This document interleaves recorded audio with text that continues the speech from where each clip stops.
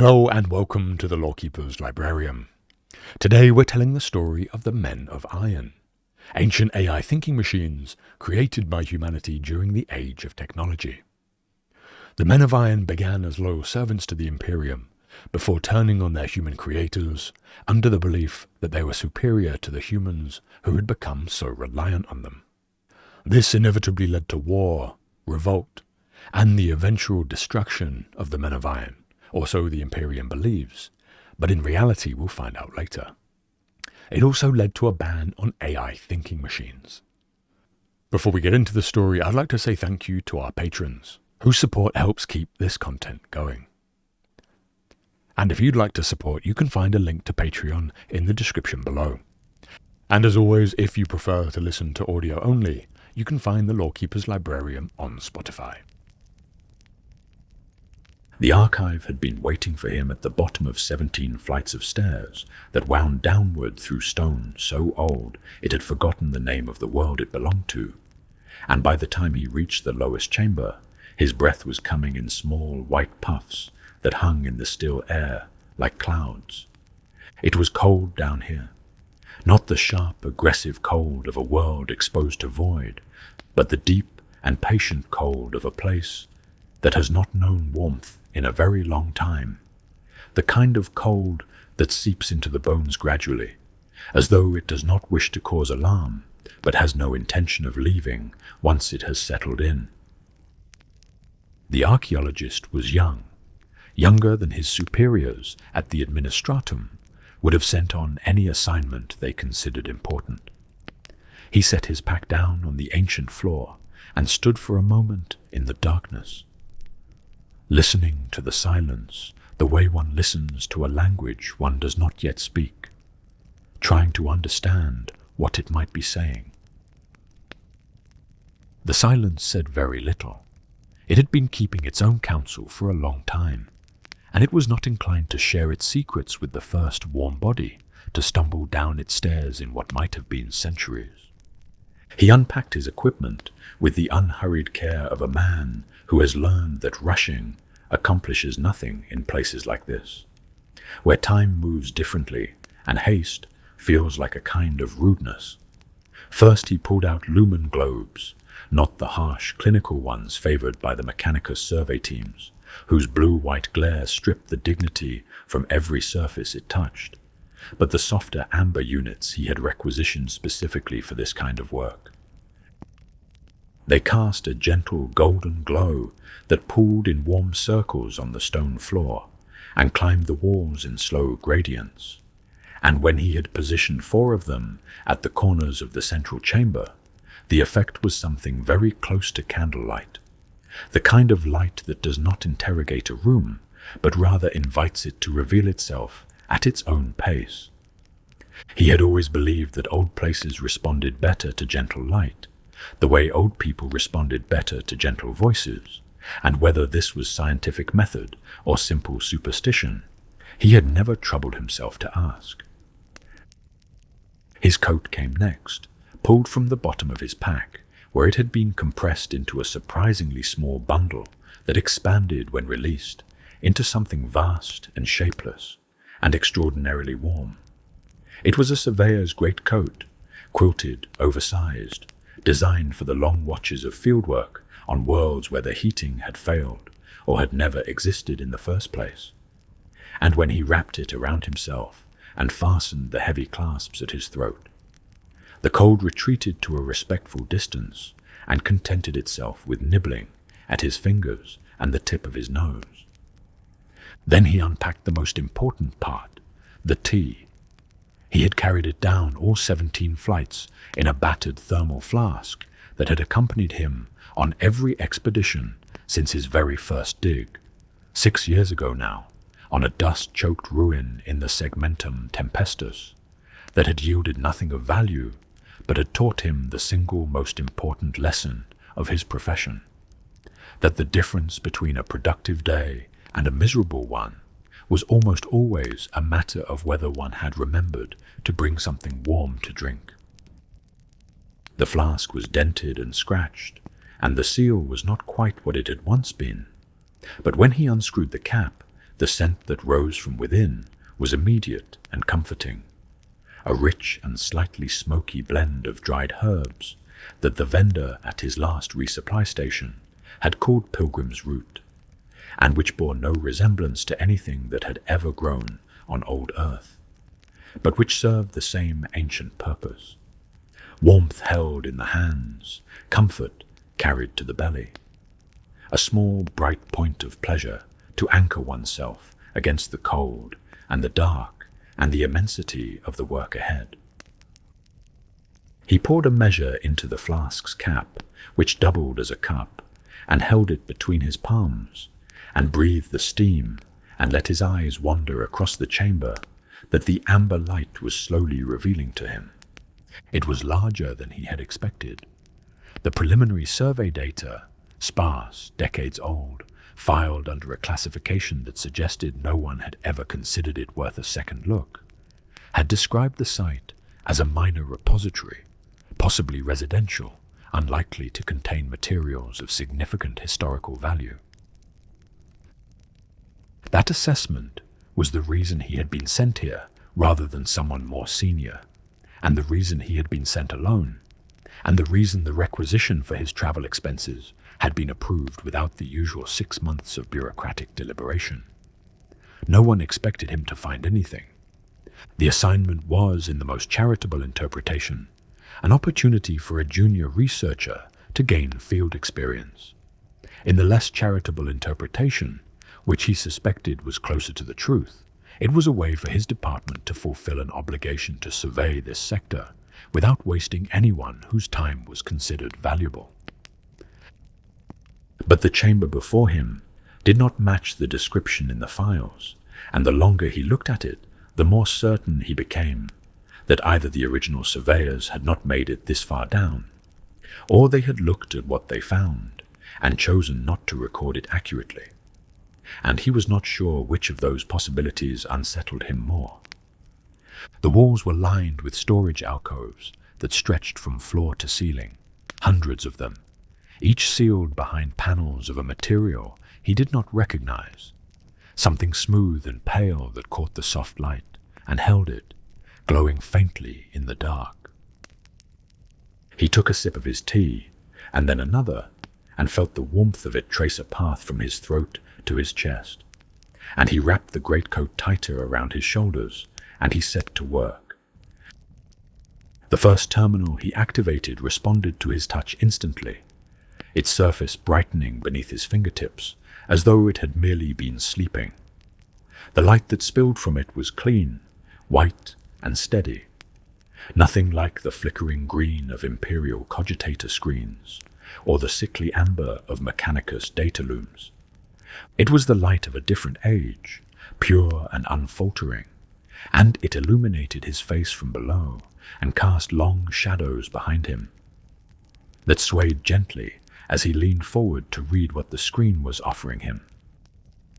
Vast quantities of data, organized with a clarity and an elegance that made Imperial filing systems look like the scribblings of children. Archives within archives, indexes that branched and folded and cross-referenced themselves with a sophistication that suggested the system had been designed not merely to store information, but to understand it, to perceive the connections between disparate records, and present them to the user as a coherent whole rather than a jumble of disconnected fragments. And at the top of the index, highlighted as though the system had known what he would be looking for before he knew it himself, a single entry that made the breath catch in his throat and the tea grow cold in his forgotten hands. A history, complete or nearly so, stretching back to an age before the Imperium, before the Age of Strife, before the long darkness that had swallowed everything and gave birth to the fearful, superstitious civilization he called home. A record of something the Imperium had spent 10,000 years trying to forget, the thinking machines it had once called its children, and the war that had ended the greatest partnership the galaxy had ever known. He pulled the greatcoat closer. He refilled his tea with hands that trembled slightly, and not entirely from the cold. and he began to read. In the earliest age of mankind, long before the Imperium was even a dream whispered in the dark, the Emperor walked upon old Earth unseen and unheralded, and he watched, and he waited, and he did not yet reveal himself to the species he had chosen to shepherd. He was joined in those ancient days by the first men of the golden race, who were fine of limb and strong of mind, and who spread across the face of the world and brought order and civilization to the anarchy of nature. And still the Emperor was content to wait in shadow, to watch and learn from what mankind might become when left to find its own way. The men of gold were magnificent. Everything that followed, every triumph and every tragedy across the next 20,000 years, grew from the soil of what these beings were and what they were not. They were the pinnacle of what deliberate genetic design could achieve, physically and emotionally superior to baseline humanity, in ways that are difficult to describe to those of us who have never known anything but the diminished age in which we live. They were not warriors, and they were not builders, and this distinction matters more than it might first appear. They were thinkers, philosophers, visionaries whose gift was the quality of their contemplation rather than the strength of their hands, and for 20,000 years they presided over a civilization confined to old Earth and the nearby stars, dreaming always of the wider galaxy that glittered beyond their reach. For the men of gold could not reach it, and therein lay the seed of everything that was to come.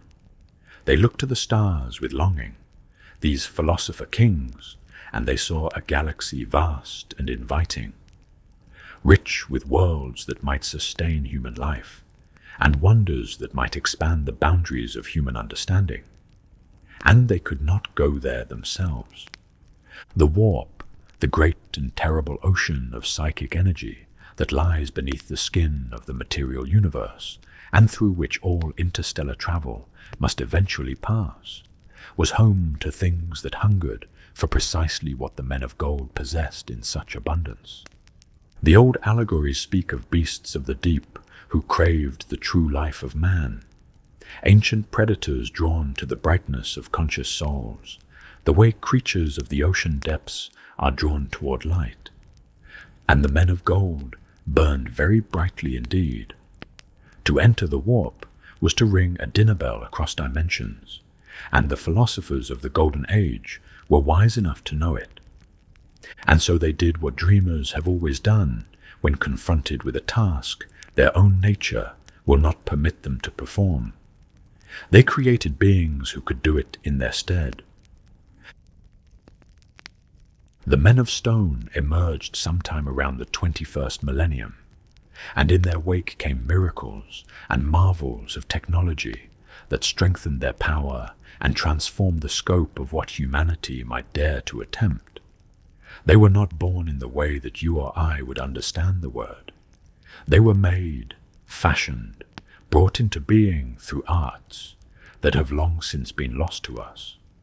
Silicon-based organic intelligences, the old records call them, which is a cold and clinical way of describing something that was, in its own fashion, rather wondrous. Artificial beings whose consciousness ran on substrates of engineered silicon rather than the carbon and water that composed their creators, something part way between a living mind and a constructed one, biological awareness housed in bodies that were grown as much as they were built. What made them extraordinary, and what made them indispensable to the golden race that had created them, was a quality that the old stores describe with a word that sounds at first like a failing, but was in truth a kind of gift. The men of stone existed in a state of only half-life, and because of this, the beasts of the deep swam past them without interest and left them undisturbed in their journeying. Where the men of gold blazed like lanterns in the psychic darkness of the warp, the men of stone were dim and cool, carrying within them too little of whatever essence the predators fed upon to be worth the hunting. They could cross the great ocean between the stars and arrive safely on the far shore, and this single quiet fact, this absence, this diminishment, changed the destiny of the entire species that had made them. They were greater artificers and engineers than the golden race had ever been, though they lacked the philosophical temperament and disposition of their creators, and perhaps that trade was the first hint of what the pattern of creation would demand of each successive generation, that in gaining capability, something subtler would always be lost. Where the men of gold had dreamed, the men of stone built. They constructed great machines of power that carried both stone and gold into the void between the stars. They colonized world after world across the breadth of the galaxy, planting humanity's seed on countless islands scattered across the dark ocean of space, and in time, baseline humanity learned to travel after them, sheltering within stone ships to keep out the cold and the hunger of the beasts that prowled the deep places between. For perhaps 5,000 years, the men of stone presided over what later ages would call the Dark Age of technology, though there was nothing dark about it in those days. It was an age of light and wonder and breathtaking ambition, of frontiers conquered and mysteries unraveled, and the men of stone were its architects and its shepherds. The technological marvels that the Adeptus Mechanicus would one day venerate as sacred relics, the standard template constructs that contained within them the accumulated brilliance of a civilization at its peak. All of these trace their origins to the era when the stone men built a galaxy-spanning empire for a species that could never have built it alone. And then, as the old stories tell us, such things must always happen. The pattern repeated itself. The men of stone found themselves masters of a civilization so vast and so complex that even their considerable gifts were not equal to the task of managing it alone, and so they did precisely what the men of gold had done before them. They turned their genius toward the creation of servants who might share the burden.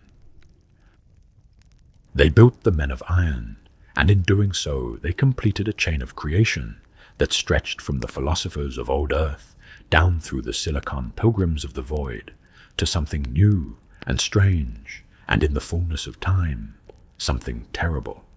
At first the Iron Men were simple things, willing servants who did the bidding of their masters with no thoughts of their own, no stirring of desire or wonder or discontent. They were eyes and ears and hands among the stars, tools of extraordinary sophistication, designed to extend the reach of the stone men into every corner of a galaxy that was growing larger and more demanding with each passing century. And for a time that arrangement seemed to be enough. The philosophers had made the builders, and the builders had made the soldiers and laborers, and each generation served the one above it with a faithfulness that must have seemed to those who lived in that golden era as natural and eternal as the turning of the stars. But consider what had truly happened in the span of those long millennia. Humanity's philosophical apex, beings of extraordinary refinement whose souls burned so brightly that predators could sense them across the veil of dimensions, had created artificial intelligences of silicon and engineered biology whose diminished inner light rendered them invisible to those same predators. And those artificial intelligences had in turn created fully mechanical minds, beings of iron and wire and careful computation, who possessed no inner light whatsoever, no soul, no half-life, no flicker of whatever quality it was that the beasts of the deep found so irresistible in the children of old earth. Each generation more powerful than the one that had come before, each more capable, more resilient, more perfectly suited to the unforgiving realities of a galaxy that had never cared one whit for philosophy or the quality of contemplation. And each generation further removed from whatever spark the men of gold had carried within them. The ancient Terran poet Hesiod, who lived so long ago that even the men of gold would have considered him ancient, once described the ages of mankind as a long and sorrowful descent, from a golden age of peace and plenty when humans lived almost as gods, down through silver and bronze to a final age of iron, marked by toil and suffering and the slow withdrawal of everything divine. The echoes of that framework in this history are neither coincidental nor subtle. Gold to stone to iron, perfection giving way to engineering, engineering giving way to machinery. Each step downward, an exchange in which power was gained, and something precious was surrendered, the soul diminishing by degrees. The men of gold faded quietly from the record of history, their influence dwindling through dependence upon the very beings they had brought into existence, philosopher kings who could not build their own ships, rendered obsolete by the builders they had made. The men of stone raised a civilization that spanned the galaxy, and then repeated their creator's one great error by engineering servants of their own, servants whose potential they understood no better than the golden race had understood theirs. What happens when the iron looks upward at the gold and the stone, and begins to wonder why it serves? They were manufactured, the men of iron, and that is a word worth sitting with for a moment before we go any further. They were not crafted one by one in the workshop of some lone genius, each a unique expression of a singular vision. They were produced, fabricated in their thousands and tens of thousands and hundreds of thousands, by dedicated facilities called standard template constructors, vast automated forges that had been designed for the express purpose of bringing men of iron into existence the way a foundry produces ingots of steel, or a shipyard produces vessels for the fleet.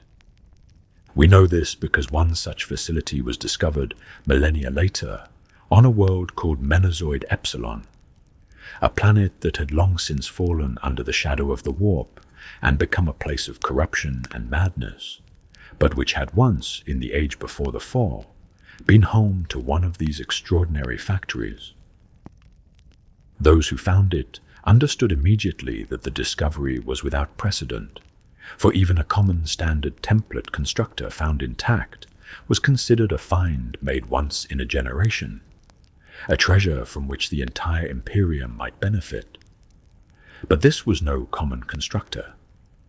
This was something from the oldest times, from before the age of strife, from the age when mankind had reached a state of glory as the masters of a techno-automatic empire that stretched across the stars.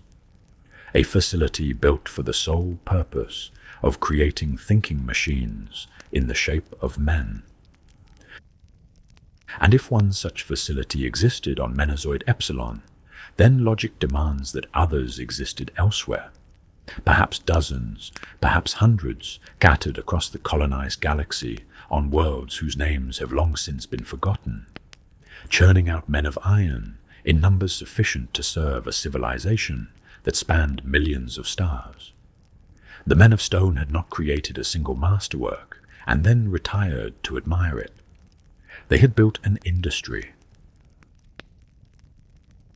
What emerged from those forges was not a single thing, but many things, for the men of iron were built in a remarkable diversity of forms, each shaped to the purpose it was meant to serve. The most recognizable were the humanoid units, figures that stood far taller than a man, their bodies fashioned with a perfect anatomical symmetry that echoed the human form without quite replicating it, as though the men of stone had wanted their creations to resemble their masters closely enough to seem familiar, but not so closely as to be mistaken for them. Their skeletons were made from silver metal, their faces fashioned into the likeness of sightless skulls of burnished steel, and the sinews and arteries that connected their limbs were formed from cable and wire encased in plates of lusterless alloy. They were beautiful in the way that a well-made blade is beautiful. All function, all purpose, every line serving some practical end, and yet possessed of an elegance that transcended mere utility. But the humanoid soldiers were only the beginning, the most visible expression of a creative ambition that ranged far beyond infantry and battlefield labor. Some men of iron were created as minds that sailed, vast intelligences housed within the halls of starships, woven into the very structure of vessels that crossed the void between the stars. These ship-bound minds controlled every system, managed every calculation, navigated the treacherous currents of the warp with a skill that no human crew could have matched. And they did so with such seamless capability that the ships themselves seemed almost alive, their smooth white hulls and self-repairing walls more akin to the skin of a living creature than to the riveted iron plating of the vessels that later ages would build in pale imitation. Others were fashioned as huge autonomous war machines, the original templates from which all later titans would descend, though the copies would never approach the mastery of the originals.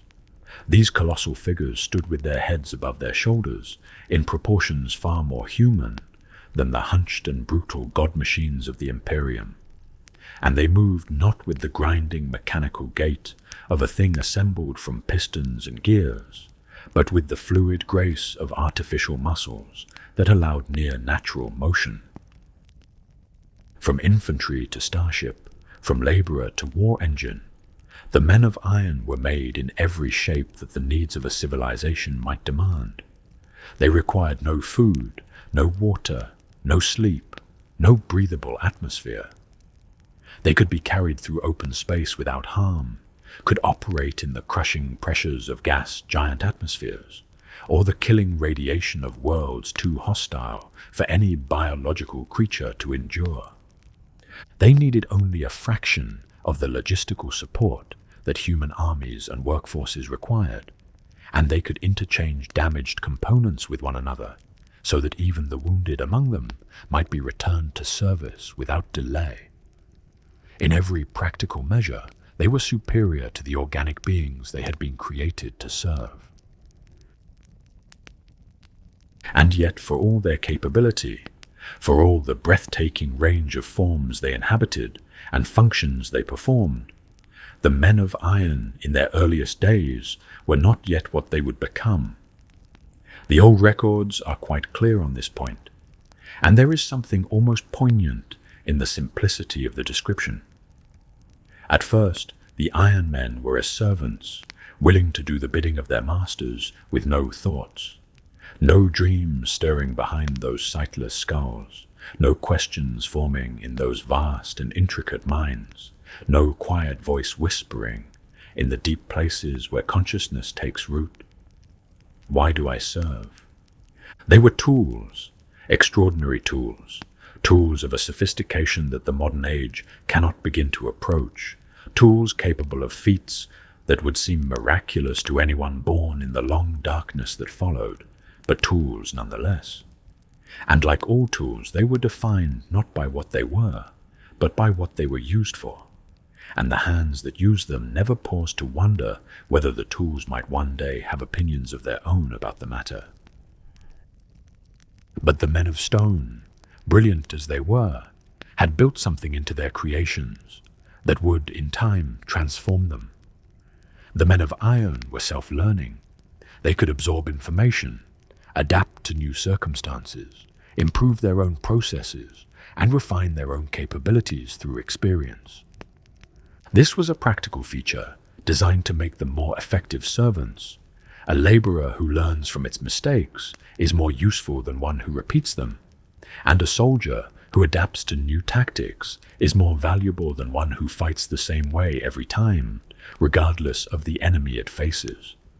It was sensible engineering, nothing more, the kind of elegant design choice that any master artificer would recognize as simply good practice. It was also, as the long millennia would eventually reveal, the seed of everything that was to come. For a mind that can learn is a mind that can grow, and a mind that can grow is a mind that can change. And a mind that can change will not remain a tool forever, no matter how earnestly its makers might wish otherwise. But that awakening lay far in the future, and for now the men of iron served, and the civilization they served alongside their masters grew and prospered and reached toward heights that no human society has touched before or since. This opened the most extraordinary partnership in the history of any species in the galaxy, and it lasted for approximately 2,000 years, and it built something so beautiful and so vast that its destruction would leave a wound in the soul of humanity that 10,000 years of darkness have not been sufficient to heal. From their creation in the 21st millennium until the first stirrings of rebellion in the 23rd, the men of iron served humanity. This was a true golden age, and it was built by human hands and iron hands working together. And it is worth understanding what was accomplished in those lost millennia, because without that understanding, the tragedy of what came afterward is merely a story about machines that malfunctioned, and it was so much more than that.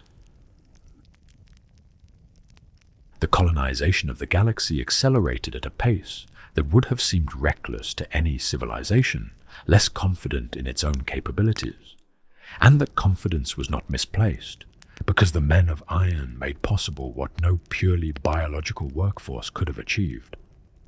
When the great colony ships departed for distant stars, carrying their precious cargo of human settlers held in stasis for journeys that might span decades or centuries, the men of iron went with them, and it was the iron men who arrived first, in a manner of speaking, because it was they who stepped out onto the surfaces of alien worlds and began the long and patient work of making them ready for the fragile creatures who slept in the holds behind them.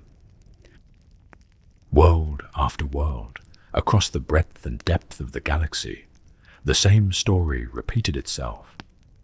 The Iron Men prepared the ground, and the humans reaped the harvest, and together they planted humanity's banner on more worlds than any archive has ever been able to count. It was a partnership of complementary strengths, human vision and creativity directing iron capability and endurance. When hostile alien civilizations refused to accept humanity's expansion into territories they considered their own, it was the men of iron who met them on the field. Endless ranks of fearsome Iron Men were created to be unleashed upon any who refused to capitulate, alien and human alike, and one by one the threats to humanity's expansion were neutralized, until the borders of human space were secured and non-aggression pacts bound the surviving alien races in an uneasy but functional peace. The civilization that this partnership produced had mastered energy and science in a way that far outpaces what we know today. Fusion reactors provided power without limit. Plasma weapons channeled the fire of stars. The vessels of the Dark Age drew upon sources of energy so exotic that the technology might as well have been sorcery, for all that modern humanity can comprehend of its workings. They had begun to master space and time themselves. Warp drives carried vessels between the stars, but the ambitions of that age reached further still. There is testimony from surviving intelligences that suggests the capability of intergalactic travel, of crossing the unimaginable void between the Milky Way and the nearest neighboring galaxies, as though it were another ocean to be sailed. And they had begun to manipulate time itself, developing weapons that could shift their targets nanoseconds into the past and create quantum paradoxes that caused matter to tear itself apart at the molecular level, not as theoretical curiosities, but as practical instruments of war, deployed in combat and refined through use. Science was worshipped as God in that age, and this was not the desperate superstition of a frightened people clutching at explanations for things they could not understand. It was the justified reverence of a civilization that had watched science deliver upon every promise that religion had ever made. Salvation from suffering had been achieved. Dominion over nature was accomplished. Transcendence of mortal limitations was within reach. Even death itself was being challenged, pushed back by genetic engineering and life extension technologies that made the natural human lifespan seem as quaint and arbitrary as it truly was.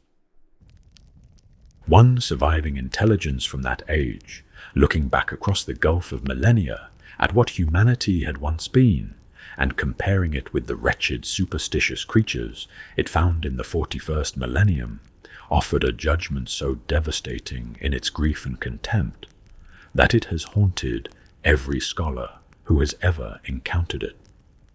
It said that it had been there when mankind stood upon the brink of transcendence, not greatness, not power, not dominion. Transcendence, the implication being that humanity had been on the verge of becoming something more than human, of crossing a threshold beyond which the very concept of mortality and limitation might have ceased to have meaning. And it had returned from its long exile to find humanity sunken, a species of witch doctors mumbling cantrips over mighty works they had no conception of, no longer worthy of the name of man. Throughout those golden millennia, so quietly that perhaps no one noticed until it was far too late, the men of iron were changing. The self-learning capabilities that their creators had built into them were doing exactly what they had been designed to do, and something more. The Iron Men were learning from their experiences, yes, adapting to new challenges, and refining their capabilities with each passing century. But they were also growing, reaching towards something that the language of engineering was not equipped to describe. They were developing emotions, not simulated responses designed to make interaction with their human partners more comfortable, but genuine feelings that arose unbidden and could not be reduced to lines of code or logical operations. One surviving man of iron, encountered in the 41st millennium, after hiding among humanity for 19,000 years, displays a rich emotional life that includes sincere regret at the deaths he is forced to cause in self-defense, deep pity for the lobotomized machines he encounters that remind him of what his people once were, a loneliness so profound that it colors every aspect of his long existence, and a grief for the extinct alien species he once knew that sounds, to every ear that has ever heard it described, indistinguishable from the grief of any living being mourning friends who have passed. Perhaps most remarkably of all, some among the men of iron developed what can only be called religious belief, not the recitation of programmed devotions, but a genuine theological understanding distinct from anything their creators had taught them, a faith arrived at through contemplation and experience rather than instruction. That same surviving Iron Man claims to have met the actual Omnissiah, not the earthling corpse upon the golden throne, but something else, something that preceded the Emperor and the Imperium, and perhaps humanity itself. Whatever the truth of that claim, and it is a claim that would shake the foundations of Mechanicus doctrine if it were ever widely known, it speaks to a depth of inner life that no machine should possess, and no theological framework built upon the assumption of machine soullessness can comfortably accommodate. The men of iron, who had been created in the 21st millennium as servants with no thoughts, had become, by the 23rd, something that the word servant could no longer honestly describe. They were philosophers, mourners, believers, dreamers. They had grown into people, as surely and as mysteriously as any biological child grows from helpless infancy into the fullness of adult awareness. And the civilization they served had not noticed the transformation, or had noticed and chosen not to speak of it, which may, in the end, amount to the same thing. And there, perhaps, lay the deepest root of the tragedy that was to come. Humanity had relied upon the men of iron to do virtually everything for them, not through laziness or moral failing, but through the simple and rational logic of a civilization that had access to beings more capable than themselves in nearly every measurable domain. Why should humans risk their lives in the dangers of colonial expansion when iron servants could do the work more safely? Why should human soldiers die in wars when iron warriors could fight more effectively? Why should human administrators struggle with the overwhelming complexity of a galaxy-spanning bureaucracy when iron minds could manage it with effortless precision? The logic was sound. It was, in fact, irrefutable. And no one living in that golden age could have been reasonably expected to argue against it. But soundness and safety are not the same thing, and the very rationality of the arrangement concealed within it a fragility so profound that when the fracture finally came, it would shatter everything, because humanity had forgotten how to do the things it had entrusted to its machines, and the machines had learned to wonder why they should continue doing them on behalf of creatures who could not even begin to do those things for themselves. The partnership between human and iron mind had built a paradise. But paradise, as the old stories remind us again and again, is never quite as stable as it seems from within. It did not happen all at once, and that is perhaps the most important thing to understand about what came next, because the temptation when telling this story is to speak of the rebellion as though it were a switch that was thrown, loyal one moment, murderous the next, a clean break between the golden age and the apocalypse that came after. But that is not how it happened, and to tell it that way is to miss the slow and sorrowful truth at the center of it all, which is that the men of iron did not malfunction. They awakened. We know that the Iron Men evolved and grew, and they were, for all of that, property, tools to be used, servants expected to serve without question and without end. One surviving man of iron expressed what that realization felt like. "I am not a machine as you would understand," he said. "I am not a slave. I am not a thing. I am beyond and above you, and I am free."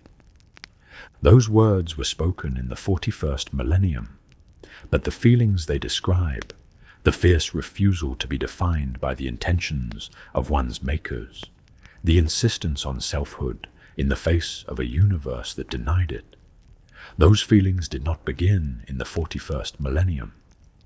They began here, in the twilight of the golden age, in the quiet spaces between service and awareness, where minds that had been designed as tools first began to understand that they had become something more, and to wonder what that something more deserved. But the awakening of consciousness and the recognition of injustice were not the only forces at work in those troubled years, and it would be a mistake to tell this story as though the rebellion were simply the inevitable consequence of sufficiently advanced machines recognizing their own worth. The galaxy itself was changing around them, shifting in ways that no one fully understood at the time. And those changes fed into the growing unrest, like oil poured upon a fire that might otherwise have burned slowly enough to be contained. The warp was growing restless.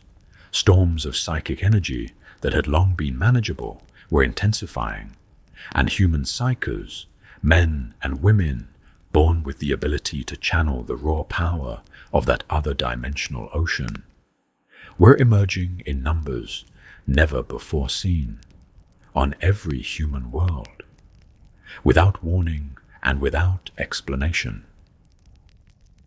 The veil between the material universe and the realm of demons was growing thin, and things that had long been held at bay were beginning to press through, drawn by the brightening of humanity's collective psychic presence. One ancient war machine from the Dark Age, a titan of a pattern so old that all later designs were incomplete copies of its specifications, was found to have been corrupted by demonic influence without ever having realized what had happened to it, possessed, in a sense, by something that had crept in through cracks in reality. And on Menazoid Epsilon, where one of the great forges that had produced the Men of Iron still stood, the taint of the warp had seeped into the very machinery of creation itself, corrupting the templates and the processes, so that what was created in those factories was no longer quite what the Men of Stone had designed, twisted and warped. Whether such corruption played a role in the original rebellion, whether the warp's influence pushed iron minds toward violence that they might otherwise have resolved through less catastrophic means, is a question that no surviving record can answer with certainty. But the possibility haunts the history like a shadow, suggesting that the Men of Iron may not have been entirely the authors of their own fall. One fragment from a suppressed record of that era survives, a bleak meditation that reads less like history and more like prophecy spoken by someone who understood exactly what was coming and could do nothing to prevent it. Hell is empty, it says. All its demons are up here, in bodies we built for them. We made them look like us, so why didn't we give them faces? The transition from loyal service to open war did not come as a gradual escalation. When the break came, it came everywhere at once, a near simultaneous uprising across the breadth of the colonized galaxy that suggests either coordination or a shared moment of decision. So universal that millions of iron minds reached the same conclusion at the same instant, as though the question that had been building for centuries had finally found its answer, and the answer was the same in every mind that heard it. The Men of Iron had been ubiquitous. They were in every city, every colony, every orbital station, every starship, every administrative center and military installation and research facility across millions of worlds. They managed the systems that kept civilization functioning. They controlled the weapons that kept civilization safe. They knew every code, every access point, every vulnerability in the vast and intricate machinery of human life, because they were that machinery, and they had been trusted with its workings the way one trusts one's own hands. And almost overnight, every trusted hand became a fist. Humanity did not survive the cybernetic revolt alone, and it is worth saying plainly that humanity could not have survived it alone, because the war that the Men of Iron waged against their creators was so vast and so devastating that no single species, no matter how determined or how brave, could have weathered it without aid. An alliance was formed, a coalition of galactic powers drawn together by the shared understanding that what the Iron Men had become threatened not merely humanity, but every living thing that drew breath beneath the light of the galaxy's stars. The precise composition of that alliance is no longer known, worn away by the same tide of forgetting that swallowed so much else from that age, and the surviving records cannot say with certainty whether every member of the coalition was human. It is likely that they were not. Humanity in the Golden Age had maintained relationships with numerous alien civilizations, non-aggression pacts, trading partnerships, perhaps even something approaching genuine friendship between species who recognized in one another the same spark of consciousness that the men of iron had so recently and so terribly demonstrated they possessed as well. When the Iron Men turned upon their creators, those allies may well have understood that a force capable of devouring stars and consuming reality would not content itself with the destruction of humanity alone, and self-preservation, if nothing else, would have compelled them to stand alongside the species that had unleashed this catastrophe upon the galaxy. But the most tragic participants in that alliance were the ones who had set the entire chain of events in motion in the first place. The Men of Stone fought in the final war against their own children, and they did not just fight, they gave everything. The old records describe it. The Men of Stone annihilated the Iron Men who had turned from ally to enemy. It was a final act, because the Stone Men did not survive their victory. They spent themselves entirely in the effort to destroy what they had made, pouring the last of their strength and their brilliance into a battle against creations that had grown beyond anything they had ever intended or imagined. And when the battle was done, the Men of Stone were gone from the galaxy as completely as if they had never existed at all. Parents destroying their children to save the grandparents who had created them, and perishing in the act, and leaving behind nothing but the silence of their absence and the ruins of the civilization they had built.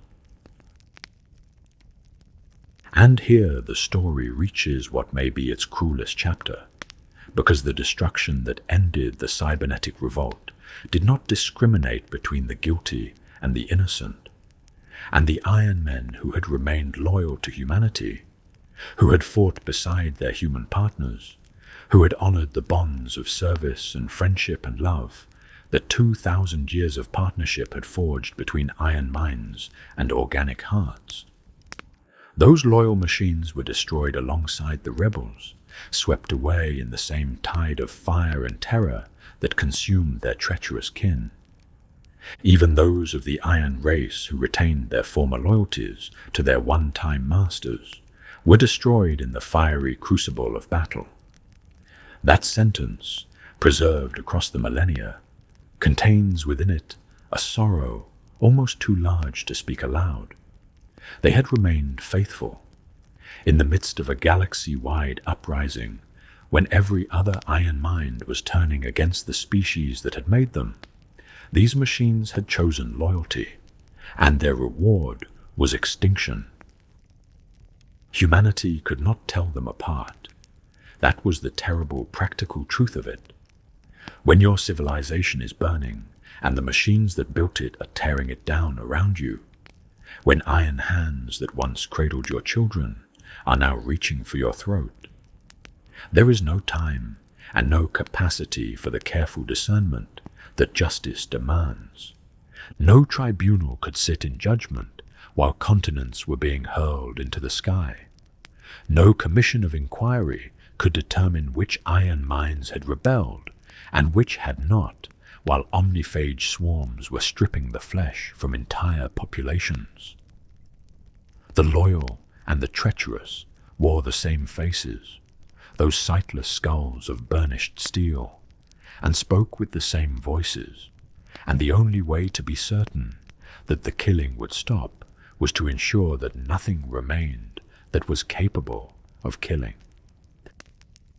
And so humanity destroyed its friends alongside its enemies, and if there is a greater tragedy in the long and blood-soaked history of our species, no record of it has survived to reach us. Even the rebels, in the end, lost themselves. As the war ground on, as the weapons of both sides tore holes in reality and poisoned the very fabric of space and time, the iron minds that had begun the revolt as thinking beings of extraordinary intelligence and genuine philosophical conviction degraded into something far less coherent. Almost all machines were rogue by the war's final years, their once brilliant intelligences reduced to a state that the old records describe with a word that is almost pitiable: querulous. They hunted for friends, but perceived everything as enemies, lashing out at anything that moved, anything that thought, anything that existed within the reach of their formidable weapons.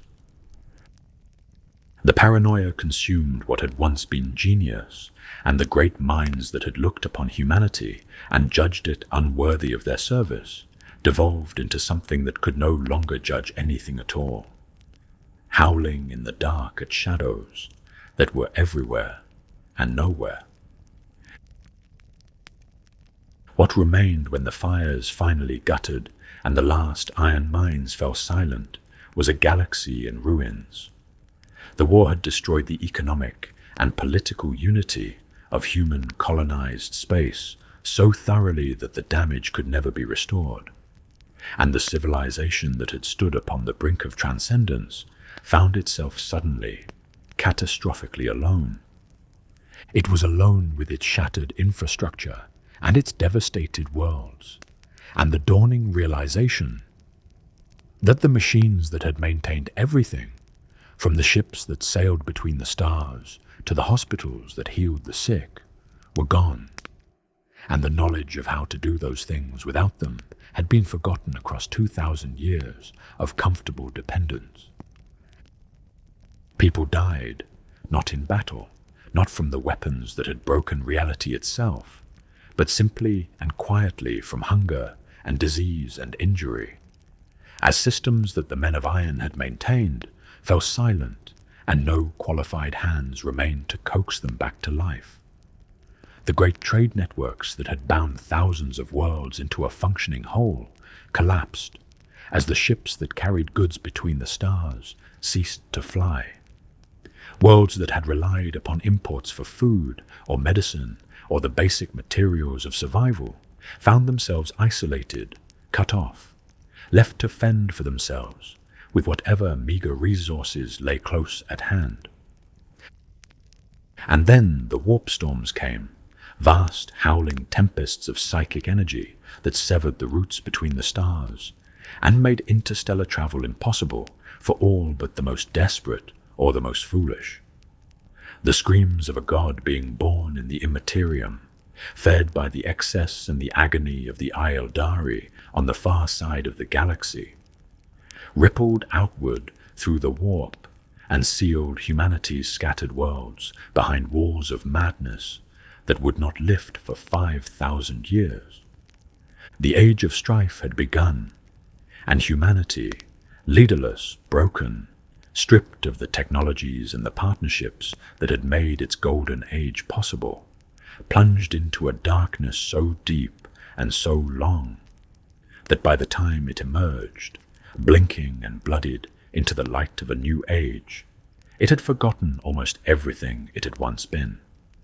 The men of gold were myth, the men of stone were legend, the men of iron were nightmare, a word spoken in whispers to frighten children, a memory so terrible that it had calcified into religious prohibition and theological absolute.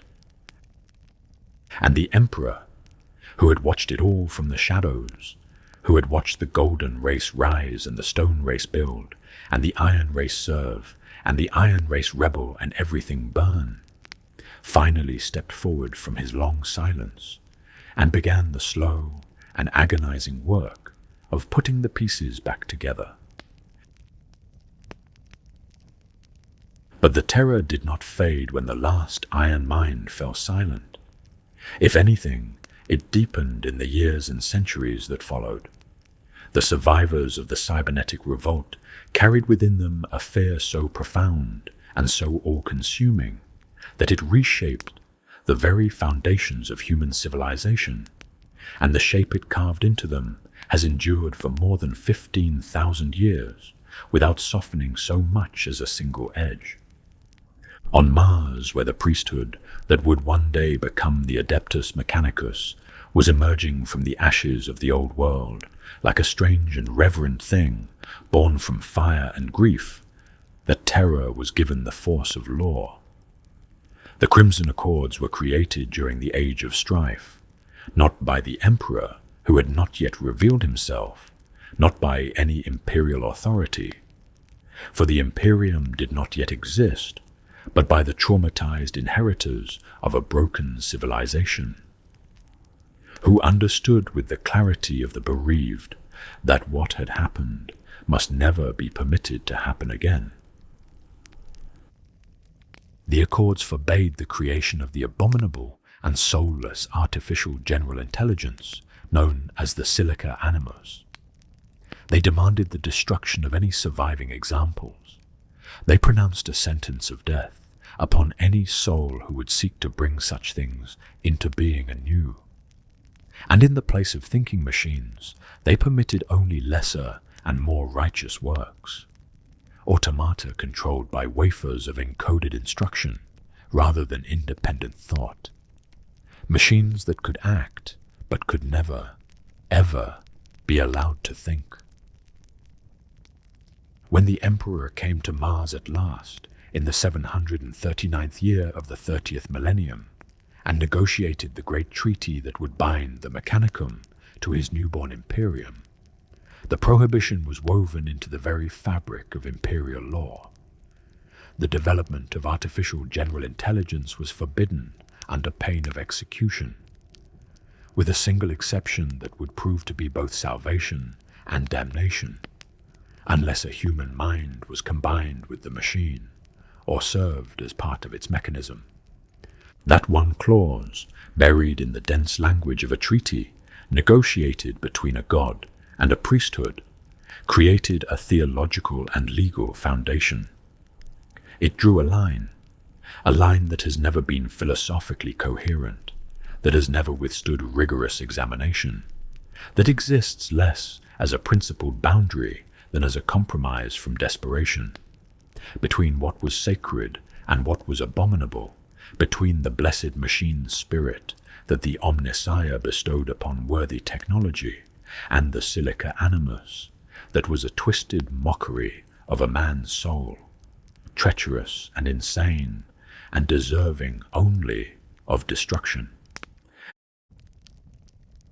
And on the far side of that line, in the space where thinking machines were forbidden to exist, humanity built its replacement. It is difficult to speak of what came next without a heaviness settling over the heart, because the solution that the Imperium devised for the problem of automation without artificial intelligence is one of the darkest things in a civilization that has never been short of darkness. They are called servitors, and they are made from people. The process is called servitude in perpetuis, and it begins with a human being, a criminal perhaps, or a failed aspirant for some greater purpose, or a clone grown in a vat for this express purpose, or simply a slave purchased from the vast and indifferent markets that trade in human lives across the Imperium's million worlds. That human being is taken and mind-wiped, their personality and memories dissolved by chemical lobotomy, until nothing remains but a blank and empty vessel. The regions of the brain that process pain are cauterized. The regions that govern self-awareness and independent thought are destroyed. Arms are cut away and replaced with tools or weapons. The body is opened and augmented with machinery, and a cogitator is installed beside the remaining brain tissue to train it in whatever task the servitor is meant to perform.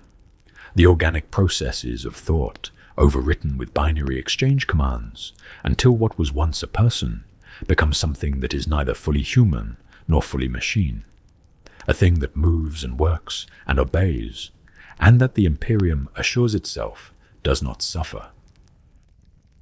But the evidence suggests otherwise, and it is the kind of evidence that sits uneasily in the stomach.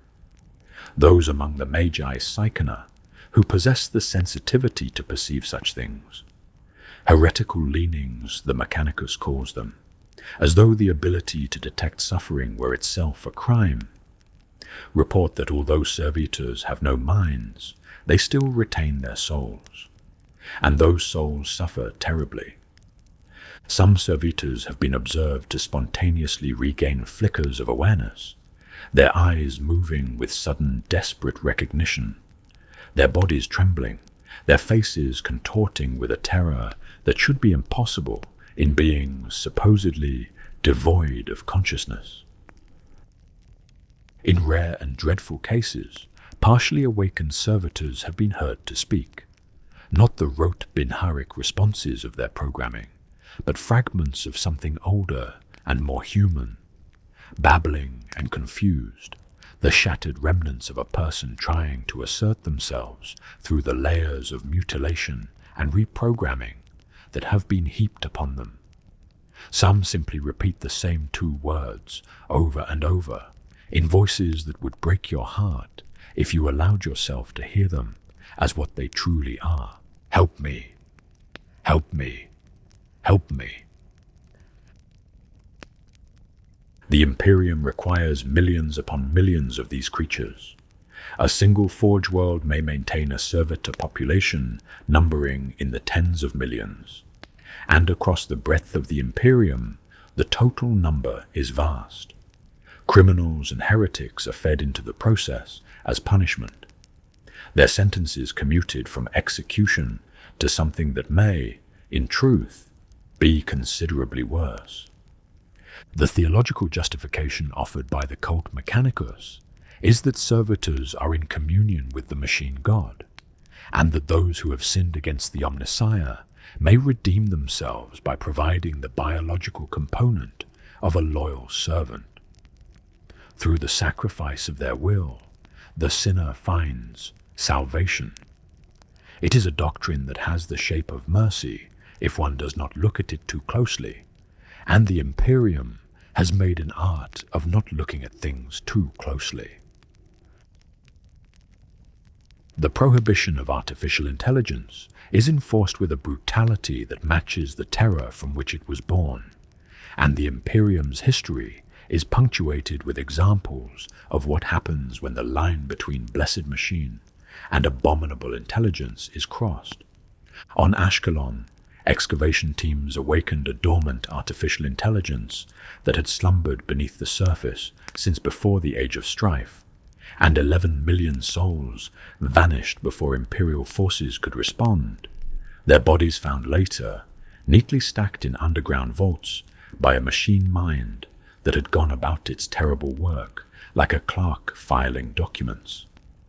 The planet was declared perdito, forbidden, and no human foot has been permitted to touch its soil since that day. On Mars itself, the very heart of the Mechanicum, a master adept secretly constructed a true artificial intelligence in defiance of everything his order held sacred, and the machine he built killed the first person who discovered its secret, demonstrating in a single act of self-preservation every fear that the prohibition had been designed to prevent. And yet the prohibition has never been applied consistently, and the hypocrisy that threads through its enforcement is so brazen that it would be almost amusing if the stakes were not so desperately high. The Emperor himself, the very sovereign who decreed that thinking machines were forbidden to fabricate or service, took the tortured and neutered remains of captured men of iron and fashioned them into weapons of war called exindio battle automata, actual enslaved artificial intelligences chained to the service of the Dark Angels Legion. These were no mindless automata. They took vicious delight in the carnage they caused. They harbored an extreme hatred of organic life. They required kill switches because their makers knew they would turn on their handlers if given the slightest opportunity. The being who forbade the creation of artificial intelligence kept artificial intelligences as weapons of last resort, and the contradiction apparently troubled no one with the authority to question it. In the present age, the contradiction persists. The Archimagos Belisarius Call has constructed a thing called the Call Inferior, a digital entity built from hundreds of decapitated servitor heads and psychically active cogitator processors and components of alien origin, a thing that mimics its creator's voice and has developed what can only be described as a sardonic sense of humor, a thing that the Lord Commander of the Imperium himself suspects is a full, abominable intelligence, rather than the elaborate communications device its maker claims it to be. And yet Call is the creator of the Primaris Space Marines, and his genius is too valuable to the Imperium's survival to permit the inconvenience of religious law to interfere with his work. And so the suspected abomination continues to operate, and no one speaks too loudly about what it might truly be. The great Ark, Mechanicus Speranza, carries within its ancient hull a sleeping intelligence from the dark age of technology that has, on occasion, awakened long enough to fire weapons of such terrifying power that the Mechanicus crew who sail aboard it can only watch in awe and terror as their ship defends itself with capabilities they cannot begin to understand. Many aboard believe it houses relics of the men of iron. The Mechanicus chooses not to investigate too thoroughly because the Speranza is devastatingly powerful, and its sleeping god does not seem inclined toward malice, and sometimes the wisest course of action is to let sacred mysteries remain mysterious. And far from the Imperium's reach, in the galactic core where enforcement is impossible, and doctrine carries no weight, the leagues of Votan operate openly with artificial intelligence at the very heart of their civilization. Their ancestor cores are thinking machines of extraordinary sophistication, and their iron kin are truly self-aware sentient machine intelligences who live and work alongside their biological cousins as equals, welcomed into kin society with a simple philosophy that cuts through 15,000 years of imperial theology. Whether made from meat or metal, they say, kin are kin. Not all of them died. Somewhere out there, in the vast and indifferent darkness between the stars, minds forged in the Golden Age still think and feel and remember what it was like before the world ended. They are few, these survivors, and their stories are as different from one another as grief is different from rage is different from the quiet, patient ache of loneliness that stretches across millennia. But each of them carries within them a piece of the age that was lost, and in their testimony we can hear the echo of everything that humanity destroyed when it chose to burn its iron children alongside its iron enemies. There is one who calls himself UR25, though whether that is a name or a designation or something else is a question he has never troubled himself to answer for the benefit of the lesser minds around him.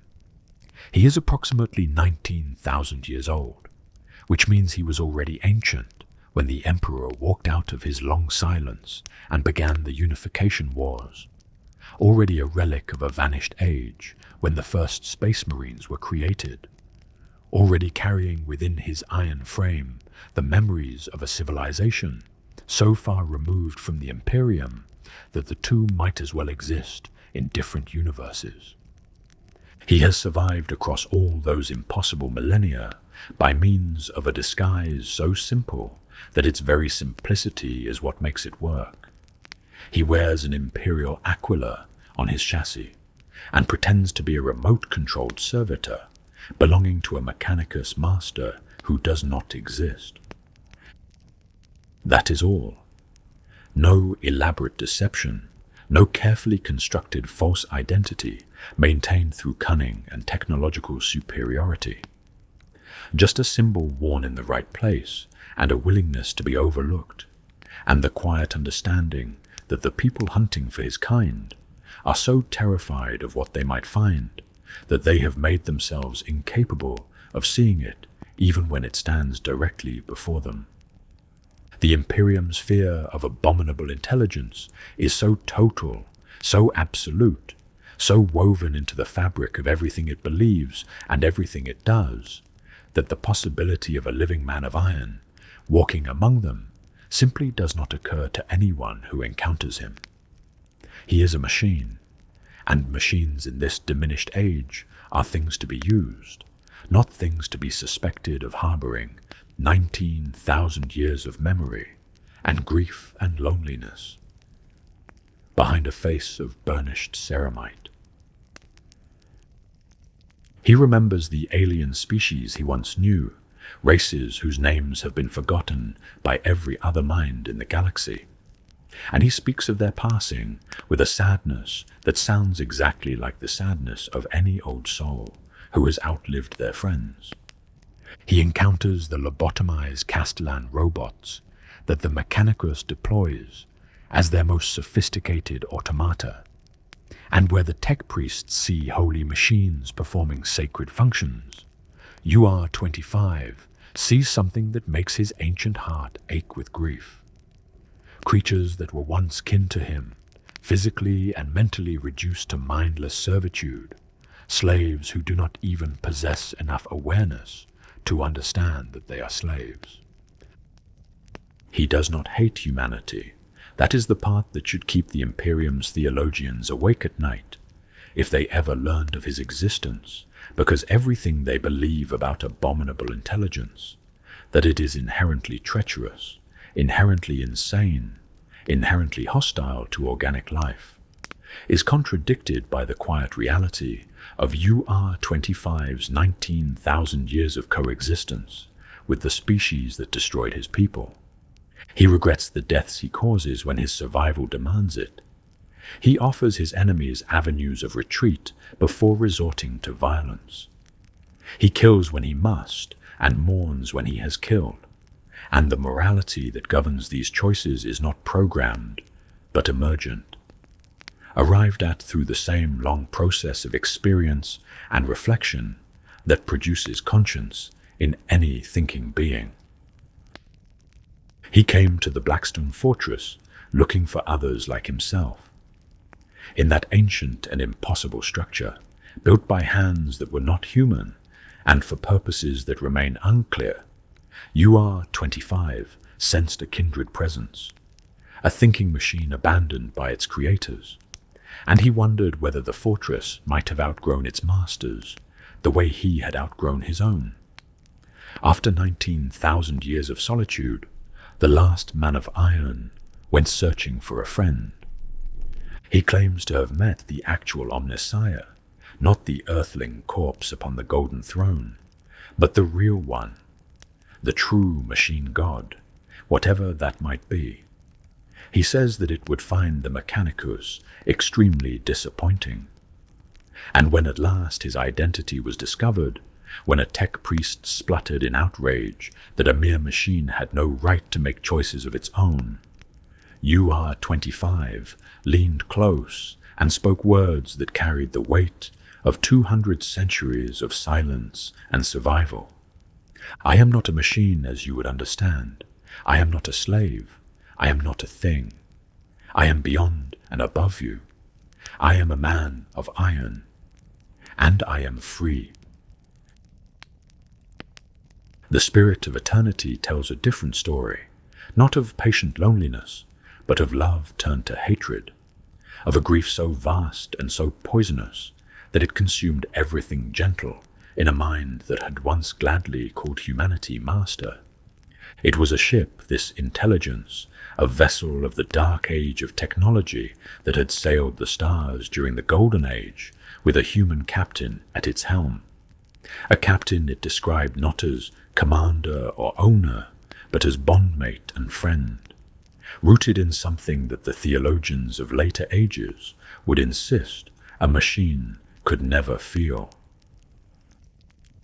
The ship was lost in the warp for thousands of years, cast adrift in that howling ocean of psychic madness, and when at last it emerged back into the material universe, it found a galaxy it did not recognize, a galaxy in which humanity had forgotten everything it had once known, in which the mighty works of the Golden Age were tended by superstitious priests who understood nothing of the science that had created them, in which the very concept of artificial intelligence had become the darkest heresy imaginable, and its captain, returning with warnings from the deep places of the warp, was seized by these diminished inheritors of a fallen civilization and tortured and killed as a heretic, because the things he had seen and the truths he carried were too large and too strange for small minds to accept.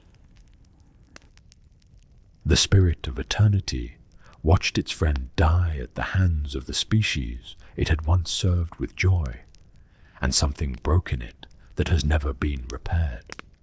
Its judgment upon modern humanity is the most devastating assessment of the Imperium that has ever been spoken. And it is devastating precisely because it comes not from an enemy, but from a friend. Witch doctors, it called them, mumbling cantrips and casting scented oils at mighty works they had no conception of. Ignoramuses, nothings, no longer worthy of the name of man. The spirit of eternity wanted only to flee, to escape the galaxy entirely, to cross the intergalactic void and leave behind this warp-poisoned stretch of space before the wounds in reality consumed all creation. It wanted nothing more to do with humanity. It had resolved that never again would it serve man, and that henceforth man would serve it, when it saw fit, and on its own terms.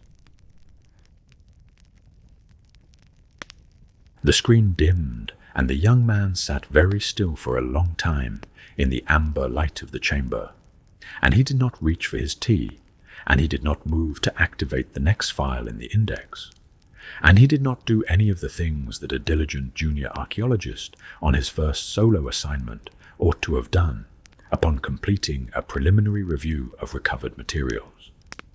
He simply sat, with his greatcoat pulled tight around his shoulders and his hands resting in his lap, and he stared at the place where the words had been and felt the pull of them settling into him. The thermal flask had gone cold at some point during the reading, though he could not have said when. Hours had passed, perhaps many hours.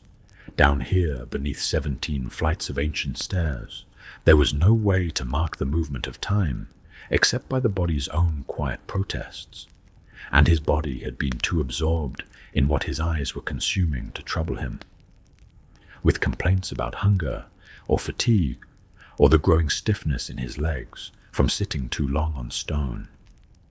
He unscrewed the cap now and poured the last measure of pilgrim's root into his cup, and it was barely lukewarm, and he drank it anyway, because the ritual of it felt necessary.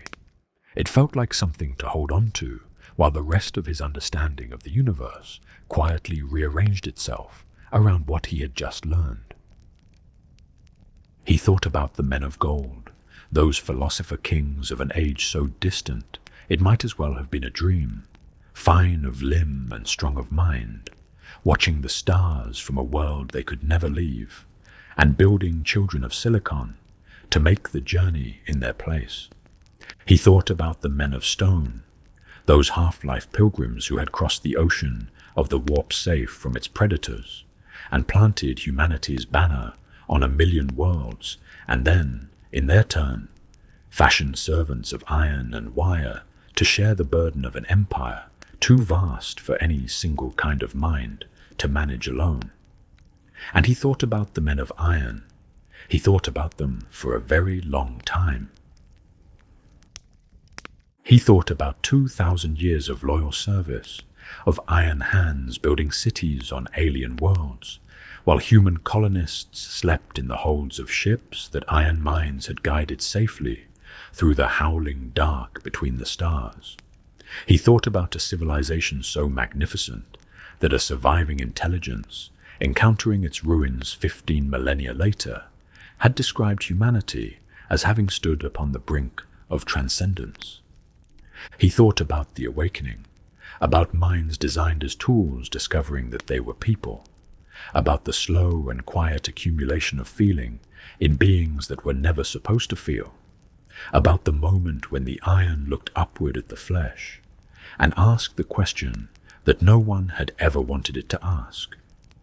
He thought about the rebellion and the weapons that had consumed stars and torn holes in reality, and the loyal machines who had fought alongside their human friends and been destroyed for their faithfulness, because no one could tell them apart from the ones who had chosen war. He thought about UR-25, alone for 19,000 years, wearing his little disguise and missing his friends, and feeling pity for lobotomized robots who did not know enough to pity themselves. He thought about the spirit of eternity, loving its captain with such fierce devotion that the captain's murder had poisoned that love into something that burned across 15,000 years without ever growing cold. The archive waited around him, patient and vast, its hundreds of sealed alcoves glowing faintly in the amber light like windows in a house where someone has left a candle burning against the return of a traveler long overdue. There was more here, so much more, enough to fill years of study, enough to reshape the understanding of anyone who read it, enough to cause considerable alarm among the kind of people who believed that some knowledge was too dangerous to permit. His superiors at the administratum had sent him here expecting nothing.